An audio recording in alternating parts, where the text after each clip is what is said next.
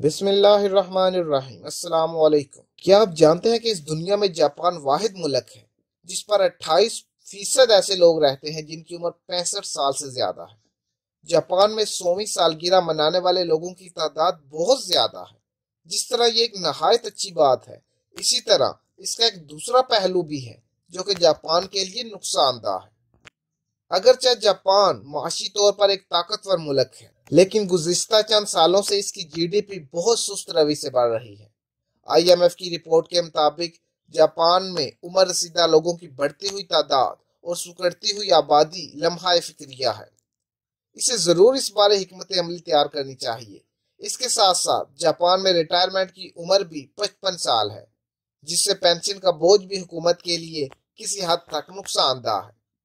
2012 سے 2017 کے دوران جاپان کی آبادی میں 10 لاکھ لوگوں کی کمی واقع ہوئی ہے، اور ایک اندازے کے مطابق 2030 تک جاپان کی لیبر 80 لاکھ تک کم ہو جائے گی۔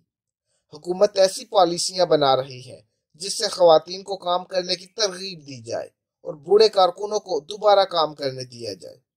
جاپان میں 20 سے 65 سال کے ہر دو میں سے ایک شخص کی عمر 65 سال ہے، اور خواتین میں شادی لیٹ کرنے کا رجحان ہے، جس سے وہ کم بچے پیدا کرتی ہیں یا بالکل ہی نہیں کرتی۔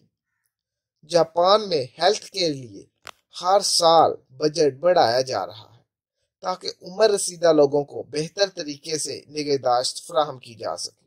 حکومت اس پالیسی پر عمل پیرا ہونے کی کوشش کر رہی ہے کہ تمام لوگوں کو گھروں تک ادویات، دیکھ بھال اور نگہداشت کو یقینی بنایا جا سکے، اور اس کے لیے انہوں نے ماہانہ اضافی انشورنس متعارف کروائی ہے۔ امید کرتا ہوں جاپان کے بارے میں یہ معلومات آپ کو پسند آئی ہوگی۔ مزید معلوماتی ویڈیوز کے لیے چینل کو سبسکرائب کریں اور ویڈیو کو لائک اور شیئر کریں۔ شکریہ۔